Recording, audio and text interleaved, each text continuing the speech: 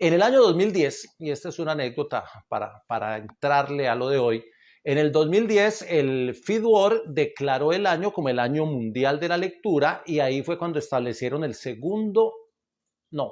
primer miércoles de febrero como el Día Mundial de la Lectura, que así se celebra cada primer miércoles de febrero. Entonces, como ese año era el Año Mundial de la Lectura, aunque yo siempre había tratado de promover la lectura entre los estudiantes, quise aprovechar ese año para hacerlo de manera particular. Yo dictaba clase en facultades de comunicación, de administración y de educación física y en algunas facultades dictaba, en algunas universidades dictaba cátedras transversales que eran para muchos programas, cátedras institucionales. Entonces tenía estudiantes de arquitectura, de ingeniería y de muchas carreras más.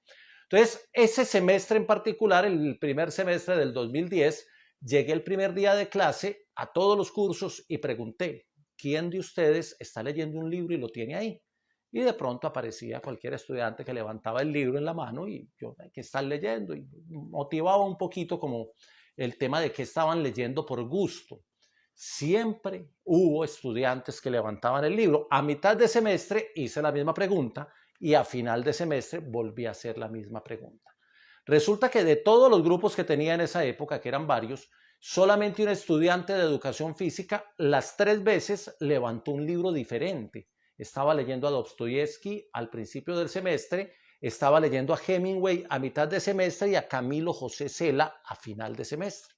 A mí me sorprendió, no porque fuera estudiante de educación física ni más faltaba, me sorprendió fue por los autores que leía y porque en un semestre había devorado 3 libros.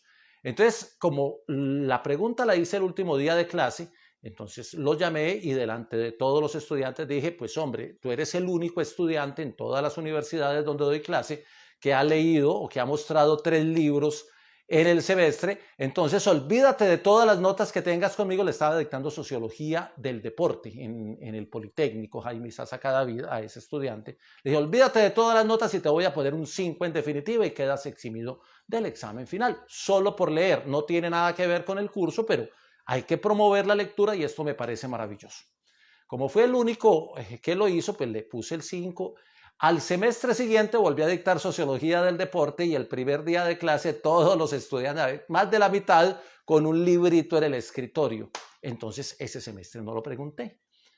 Y cuando terminé la primera clase, uno de los estudiantes me dijo, profe, ¿no va a preguntar por los libros? Y yo les dije, no, porque la lectura es un acto voluntario que nace de cada quien y que no necesita ser premiado. El mejor premio es la lectura misma porque ese es un regocijo para el espíritu. Y después nadie volvió a llevar libros en esa facultad, por lo menos en la clase mía.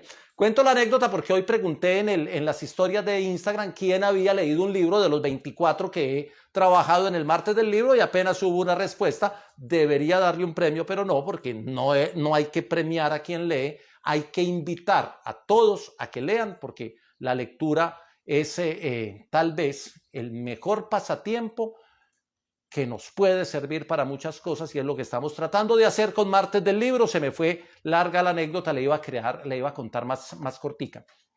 Pero bueno, aprendí 2 cosas de esa anécdota. Uno, que a nadie hay que premiarlo porque lea, hay que seducirlos a que lean y que obviamente cuando la lectura se hace por obligación o por querer sacar un rédito, pues no se disfruta tanto como cuando uno lo hace libremente.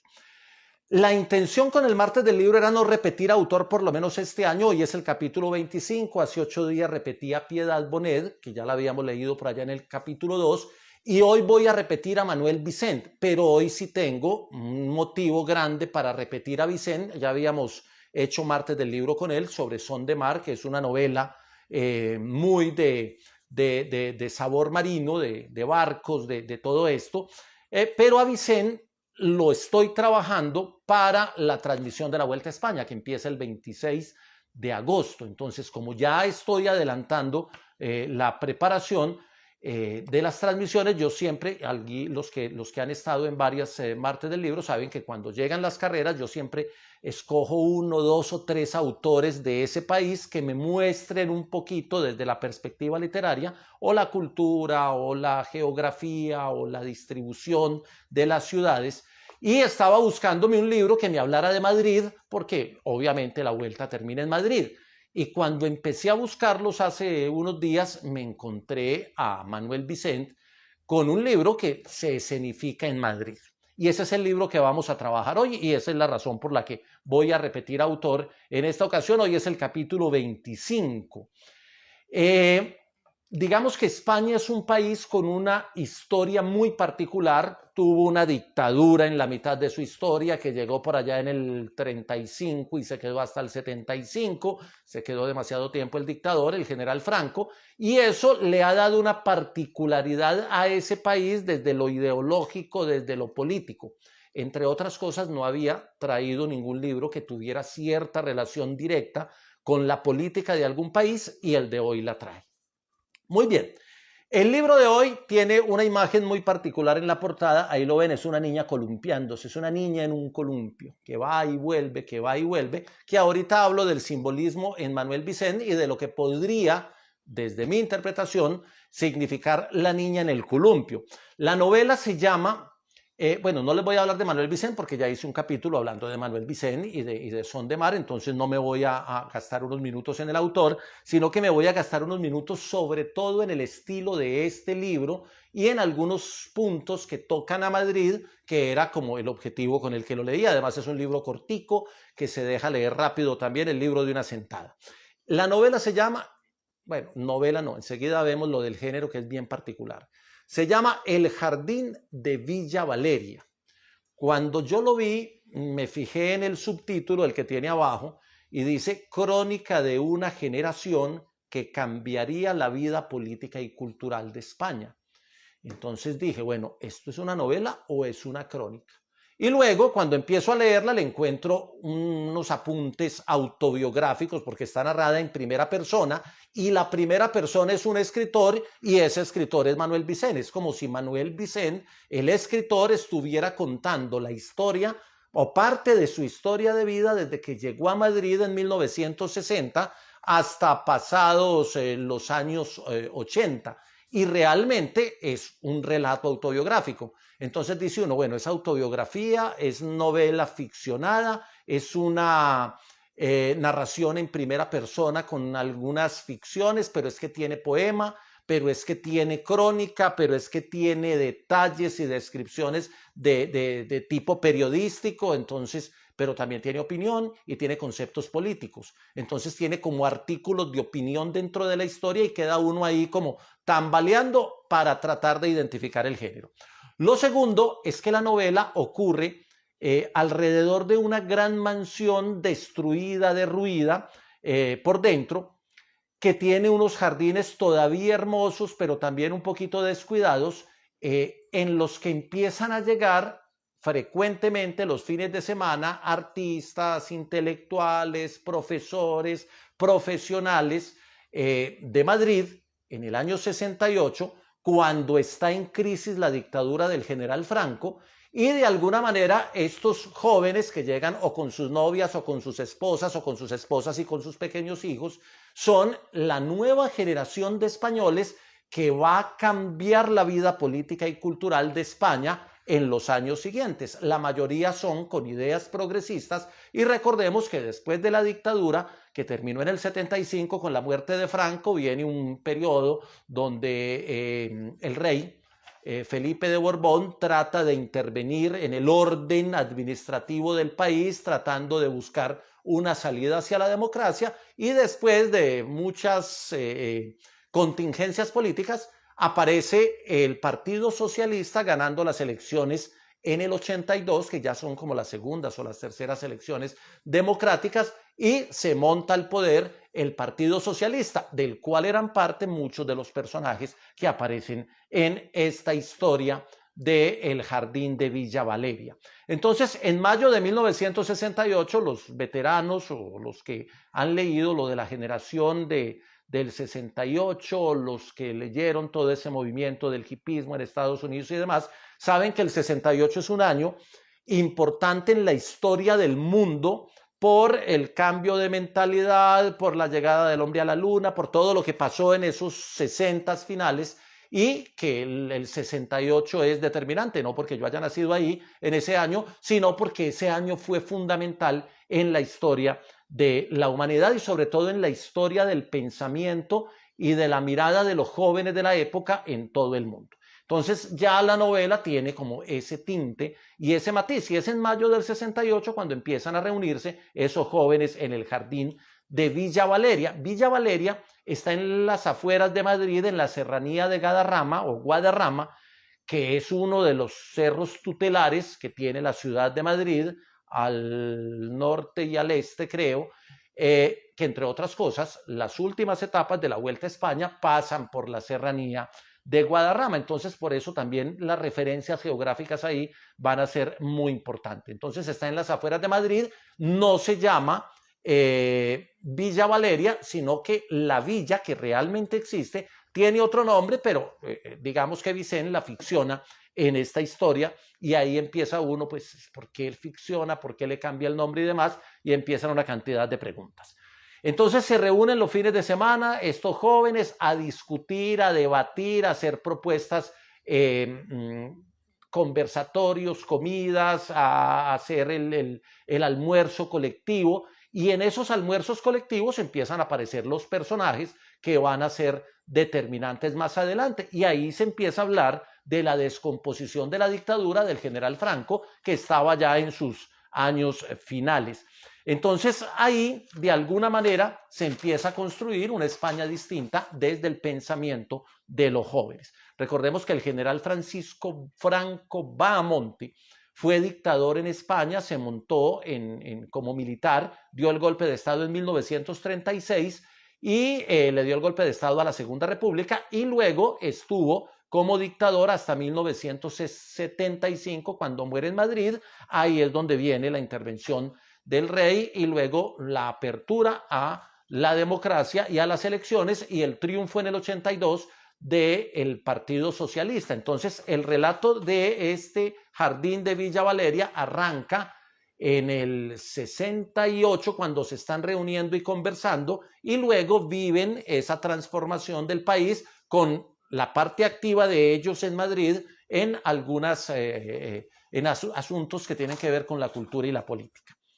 Es un relato de alguna manera melancólico por la mansión destruida, que de alguna manera, y ahí aparece la simbología en Vicent, la mansión destruida, la dictadura destruida. Hay como una relación ahí muy simbólica que uno la puede hacer. Y el jardín que florece es como la esperanza con el renacer del cambio de la vida político-administrativa de España. Manuel Vicent, ya habíamos hablado en el otro capítulo cuando hablamos de Son de Mar, que es una de sus novelas. Había nacido en Valencia, cerca al mar, llega a Madrid en 1960 siendo un adolescente con ganas de tragarse el mundo, pero sin saber por dónde empezar y sin saber qué quería hacer en la vida. Quería hacer de todo. Finalmente en Madrid es donde decide ser escritor, vivir de la escritura, se hace periodista y se hace escritor. Entonces es ese proceso de tránsito de la dictadura a la democracia la que está escrita en el libro y está muy bien explicado cómo se van dando esos momentos históricos hasta la llegada, obviamente, como les decía, del Partido Socialista. Es un relato en primera persona, tiene unos asuntos poéticos muy particulares, tiene esa simbología que uno puede atreverse a hacer como esos comparativos, como el que hacía yo del jardín o de la mansión destruida.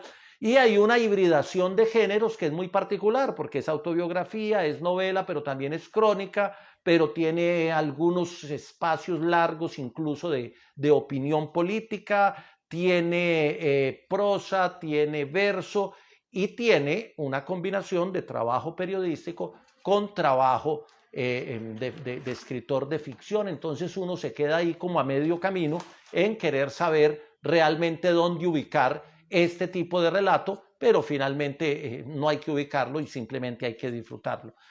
¿Qué temas trata? La fascinación de la juventud perdida, que es la de los padres de esta generación que les tocó toda la dictadura de Franco. Algunos terminaron fusilados, otros terminaron encarcelados y otros simplemente terminaron metidos dentro de la administración pública de la dictadura, casi que al servicio del dictador. Hay de todo en esta novela, en esos muchachos que se reúnen en Villa Valeria. Se habla de los nuevos amores, de los cambios sociales en esos 20 años en España que son muy drásticos. Hay una melancolía por el paso del tiempo porque el escritor está mirando en retrospectiva parte de su vida.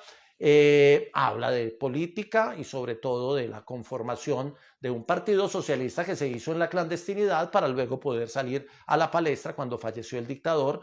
Y hay muchos temas paralelos que tocan la historia, el desencanto de los jóvenes que ven cómo sus papás terminan, digamos, al servicio del poder, la mayoría, y muchos otros temas que podrían ser paralelos dentro de la historia.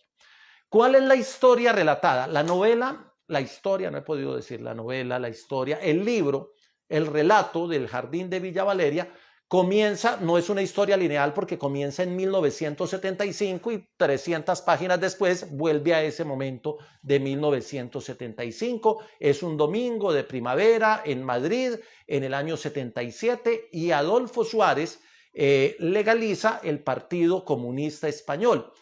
Y el narrador de la historia, que nunca se identifica como tal, pero es el narrador que está en primera persona y uno sabe que es Manuel Vicent, recibe una llamada de Adolfo Suárez invitándolo a una reunión en Villa Valeria. De alguna manera es una llamada todavía entre lo clandestino, porque recordemos que el dictador pues persiguió ese tipo de ideologías y las condenó. Entonces, como el dictador recién había fallecido y todavía estaban en ese momento de tránsito político, pues todavía era medio clandestino el asunto, aunque ese día, 1977, se había oficializado ya públicamente la constitución del Partido Comunista. Entonces, el narrador recibe la invitación de Adolfo para ir a Villa Valeria y allá le presenta en la Casa de la Sierra, como también la llamaban, a Dolores Ibarruri, que es, entre comillas, apodada Pasionaria, que es un personaje fundamental en la historia de España. Pues no les voy a contar toda la historia que se me acabe el tiempo. Y ella está con Pedro, que es el anfitrión, y reciben al narrador de la historia, del relato. Resulta que el narrador, que es Manuel Vicent, es presentado como el nuevo propietario de la villa. Y ese nuevo propietario de la villa quiere reconstruir esa mansión derruida, pero que en algún momento fue instituto educativo, que en otro momento sirvió de sitio de refugio para la resistencia y que en otro momento sirvió de sitio de reunión para la juventud española, sobre todo la parte intelectual, artística, cultural, que se daban cita allá. Entonces, Manuel ya está con Pilar, que ya se habían casado, ya era su pareja, se habían conocido en el Museo del Prado y ahí hay una historia muy linda de amor que vale la pena leer. Ya había escrito 4 libros, ya trabajaba para El País de España. Entonces, miren que uno inmediatamente dice, pues está contando la historia él mismo, porque es justamente la biografía de Vicent la que está ahí.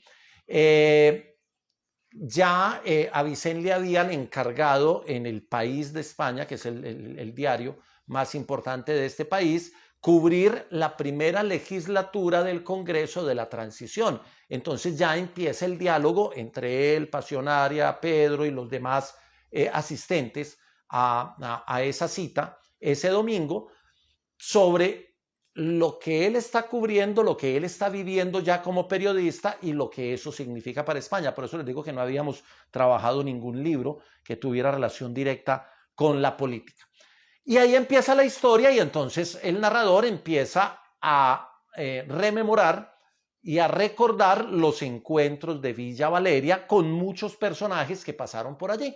Y de alguna manera ahí está reconstruida esa historia de España del 68 al 82. Ese es básicamente, recordemos que en ese momento o en ese relato, porque entonces él 300 páginas después vuelve a ese momento, porque está recordando, recapitulando, vuelve al momento en que se está encontrando como propietario de la villa, de la mansión, y empieza a contar lo que sigue de ahí en adelante, que son las primeras elecciones libres en España, la reconstrucción de la villa como tal y otros detalles que aparecen sobre el final. Entonces, la historia, después de esa primera escena, llega la llegada de él a Madrid en el año 1960, saliendo de Valencia, llegando a una gran capital, un provinciano que llega a la capital sin saber qué quería hacer, termina recordando o evocando el discurso de Albert Camus contra el dictador Franco, la admisión de España en la UNESCO por allá en el año 60 y pico, que fue muy polémica porque lo admitieron en la UNESCO teniendo un dictador en el gobierno, su vocación de escritor, la entrada al Café Gijón, que es un referente literario grande de Madrid, la llegada por primera vez a Villa Valeria, los encuentros con todos los personajes de Villa Valeria. Gerardo, que era el crítico de arte, casado con Patricia, Manuel, que era el escritor, que cuando llega a Villa Valeria pues todavía no estaba casado con Pilar, Pablo del Almo, que es un cineasta, Santiago y Genoveva, que es una pareja de artistas, Celia y Darío, Quique y María Jesús, Pedro Cava, Santiago Carrillo, muchos de ellos terminan siendo o parte del Partido Socialista, miembros activos, o terminan metidos en los movimientos culturales de la literatura, del cine, de las artes plásticas en Madrid. Y ahí es donde está como el valor histórico de este relato. Entonces ahí se forma como una especie de vínculos familiares, cercanos, afectivos entre todos estos jóvenes y se sigue desarrollando la historia. Incluye la música de la época porque en algunos de los encuentros ponen algunas historias, algunas melodías que él las evoca y que son bien particulares, y la comida, que obviamente era el motivo, era el pretexto para la reunión los fines de semana, entonces la paella obviamente, la salmoneta rosada y otros platos de la gastronomía española que también son bien interesantes. Entonces, digamos que más que pasar muchas cosas en la historia, se conversa de muchas cosas en la historia, porque sí, está el relato del escritor que está narrando en primera persona y ese es como el hilo conductor, su vida desde su llegada a Madrid, pero finalmente las conversaciones en Villa Valeria que están en el libro son las que tienen un valor muy interesante para entender esa lógica de ese cambio de España de la dictadura a la democracia. 15 años después se encuentran, y así va ya llegando al final la historia, se encuentran en la casona ya restaurada para el matrimonio de uno de los hijos de Darío.